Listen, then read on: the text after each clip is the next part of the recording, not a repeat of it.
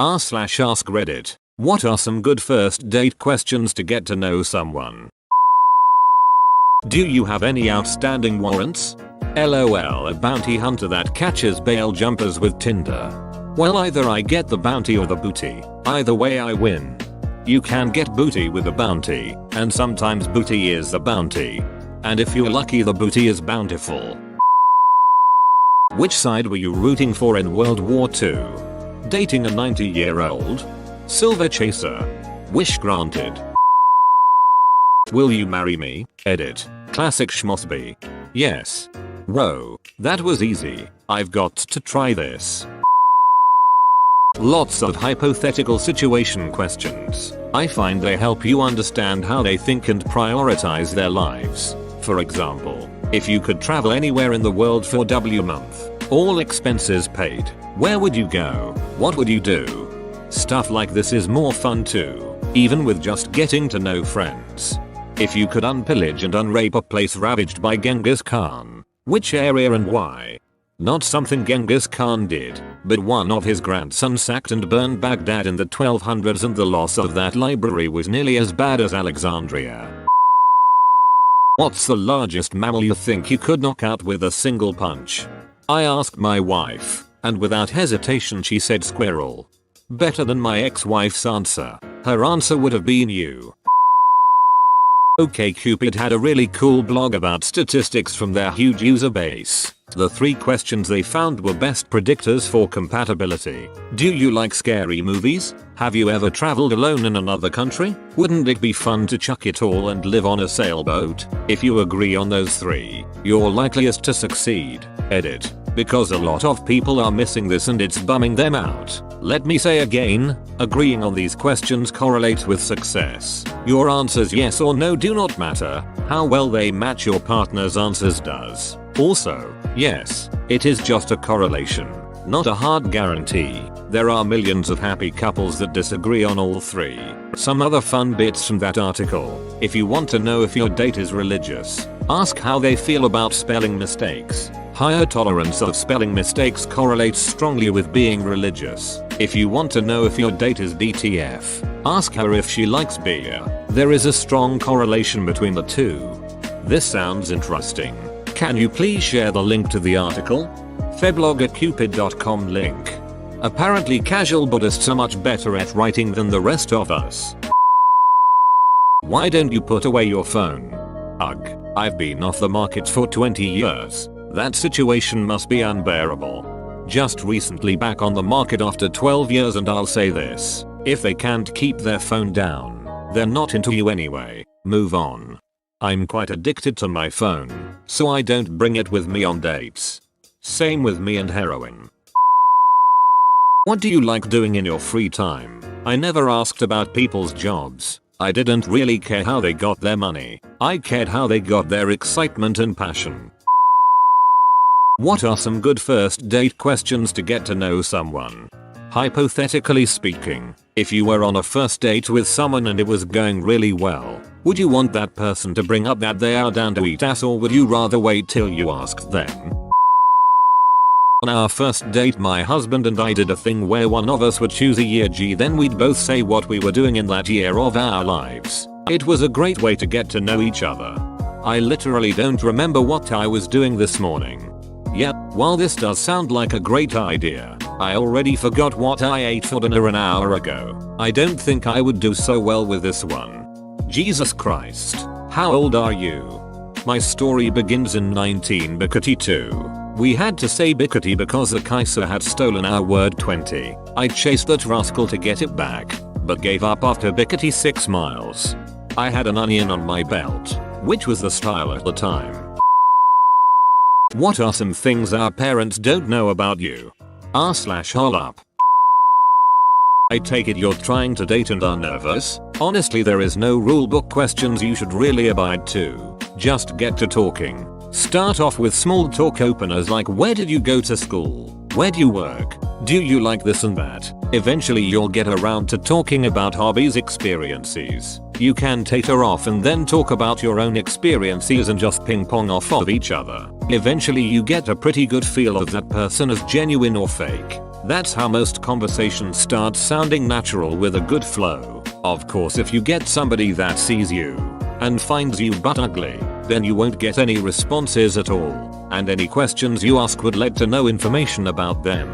That's great advice. Thank you. We've known each other for a little while now and I just wanted to get some ideas in case the conversation stopped. Definitely nervous though.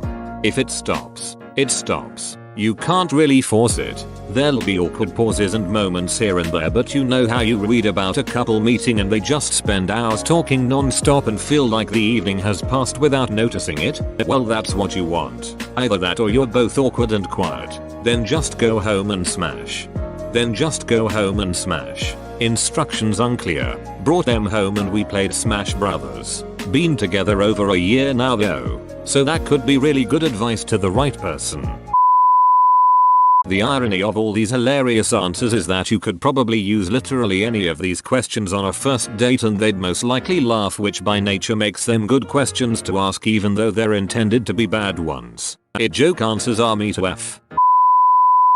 Why are you gay using Ugandan accent? Who says I'm gay? You are gay. Your parents are about to be executed. You are given a chance to save only one of them. Which one do you choose? Bonus points if you follow up with what's your favorite ice cream flavor? Considering I only have one living, this is an easy choice. E. Now one of my most liked things of all time is about my deceased dad. Nice. Not sure if you want to kill your parent or save them. Sometimes both is the only humane option. Ask them who their favorite Muppet is. If they choose anyone other than Gonzo, explain why they are wrong and then leave. Have you ever had a dream that you had, that you had to, you could, you do, you wit, you are, you could do so, you do, you could, you want, you wanted them to do you so much you could do anything? I read this ship like 4 times in a row and each time was more magical than the last. Fun. Open-ended questions that lets them talk about them a bit. Stuff like, what are your political leanings? Are you religious? What is your stance on the Armenian genocide? The what? No, I don't remember anything happening in Tiananmen Square. How many walkers have you killed? How many people have you killed? Why? What was your first pet's name? What was your second grade teacher's name? What was the make and model of your first car? What is the name of the road you grew up on? What city were you born in? Then read all their emails and DMs. Good way to get to know someone. If you had to choose any 8 characters, numerical, uppercase, lowercase, and special included, what would they be? Hunter 2. Weird, you would choose 7 asterisks? What? He said. What asterisks? You got STDs? THX for silver. Would you like some? You know, some clap might make my life better. I don't know if it's good for a date, but it's fun to ask strangers. What's your favorite compliment? It gives you a lot of information and I think it starts a conversation pretty easily. As in they're used to compliment others, or that they get themselves? Do you use Reddit? If they say no, you can safely say something like oh, okay, and change the subject. But if they say yes, then you need to get up and walk away. Edit. My new top Reddit comment is basically a repost of my own comment on essentially the same question. Why do you need to ask? Can't you just see they're a fat greasy social outcast without any social skills or redeeming qualities? What a bunch of losers. Those Redditors, they'll never have a social life. A what life now? Can anyone give an answer on how to get a first date? Let's not put the cart before the horse. Be attractive. Ask out a single someone who finds you attractive. Be attractive. Got it. Quick follow-up. Can anyone give some advice on how to be attractive? Don't be unattractive. I'm trying to figure out how someone named IFAP to turkeys can be a good judge of what is and is not attractive. Heard you were talking ship. Oh ship. Run. And not in that stupid wheel. What am I witnessing? An abomination.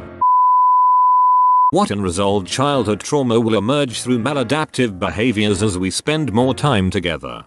Girls love when I ask this. Then again, I'm a therapist.